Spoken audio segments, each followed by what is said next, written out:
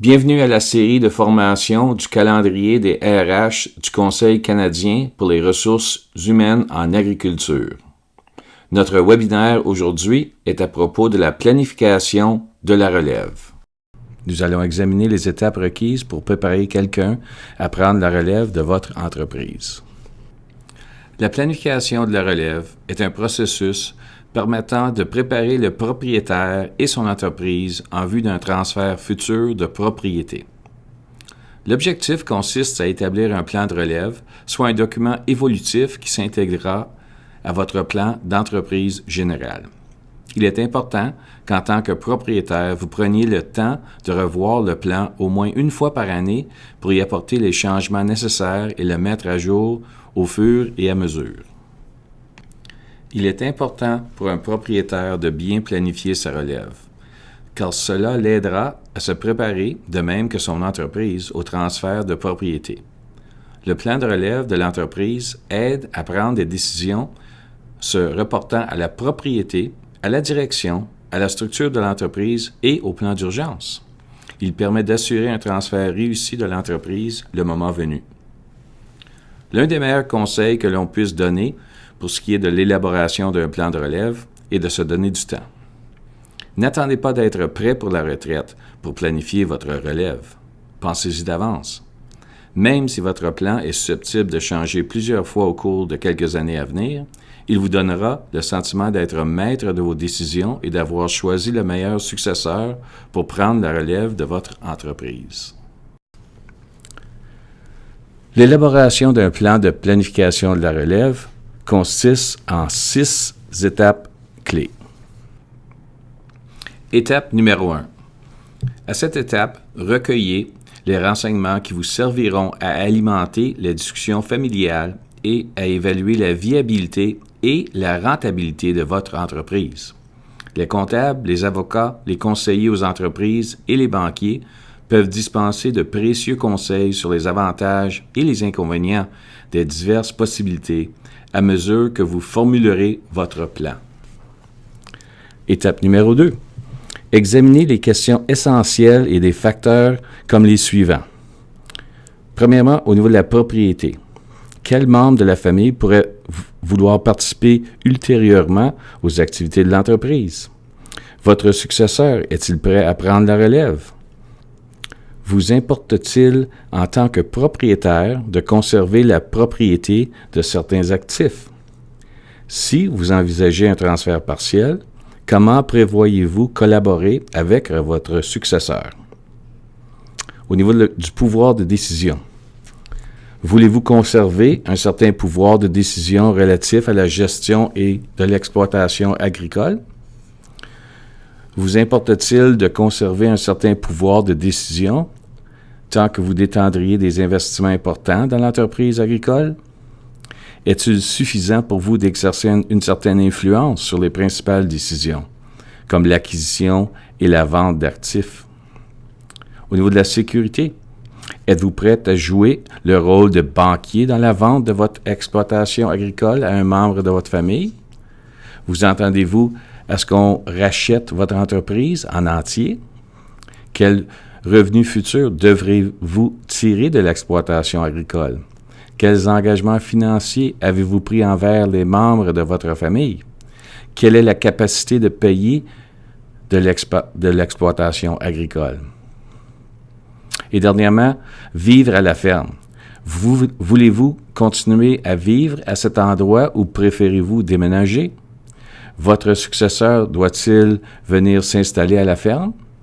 Au niveau même des enfants, voulez-vous transférer une grande partie de l'entreprise aux enfants qui l'exploitent? Tenez-vous à ce que l'exploitation ne soit pas morcelée? Comment ferez-vous évaluer les contributions de vos enfants et les occasions auxquelles ils ont renoncé? Dans le cas des enfants ne participant pas à l'exploitation, quels actifs non agricoles pourraient-ils recevoir en héritage? Craignez-vous qu'un de vos enfants ne conteste votre plan de relève après votre décès? Toutes des bonnes questions à entretenir à l'étape numéro 2. L'étape numéro 3. Définir les buts. Définissez vos buts et vos attentes avec votre successeur. Étape numéro 3. Définissez vos buts et vos attentes avec votre successeur. Examinez ses objectifs et ses attentes dans une perspective professionnelle, familiale et commerciale. Il importe également d'évaluer la comptabilité globale entre ses objectifs et ses attentes avec votre successeur. L'étape numéro 4. Concevoir, rédiger et revoir le plan. Un plan de relève écrit doit comprendre les éléments suivants, soit un sommaire du plan global, l'aperçu de l'entreprise, le plan stratégique, y compris les objectifs personnels et opérationnels, de même que les attentes des membres de la famille, le plan de retraite, la gestion, pouvoir de décision et le plan de transfert de la main-d'œuvre, le plan financier, le plan d'action, le plan de formation du successeur, un calendrier de mise en œuvre, un plan d'urgence et enfin, la documentation d'appui nécessaire pour contribuer à la surveillance du plan et aux modifications nécessaires, le cas échéant. L'étape numéro 5. Suivre les progrès.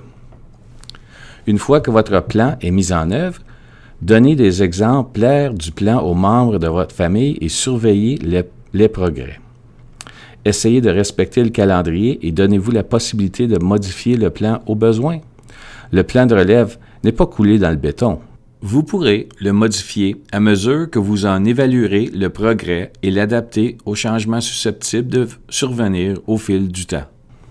Rappelez-vous que la planification et le suivi des progrès visent en partie à vous assurer de former rapidement votre successeur éventuel de manière à ce qu'il soit prêt à prendre la relève de l'entreprise le moment venu. Étape numéro 6. Former un successeur.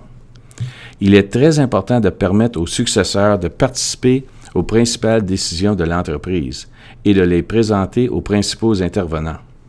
Présentez-vous à votre successeur tous les secteurs de l'entreprise de manière à lui permettre d'assumer progressivement les responsabilités qui seront les siennes le moment venu. L'un des meilleurs conseils à retenir en ce qui concerne l'élaboration d'un plan de relève est encore de se donner du temps.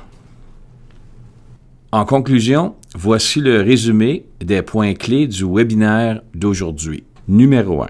Recueillir de l'information. Numéro 2. Examiner les questions clés. Numéro 3. Définir les buts. Numéro 4. Concevoir, rédiger et revoir le plan. Numéro 5. Suivre les progrès. Et enfin, numéro 6. Former un successeur. Rappelez-vous de consacrer le temps nécessaire à la formation de votre successeur.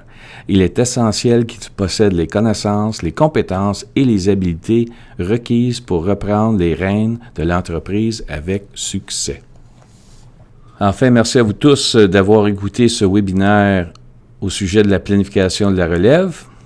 Pour obtenir de plus amples informations sur la planification de la relève, veuillez consulter l'agriboîte à outils en ressources humaines disponible sur le site web du Conseil canadien en ressources humaines agricoles.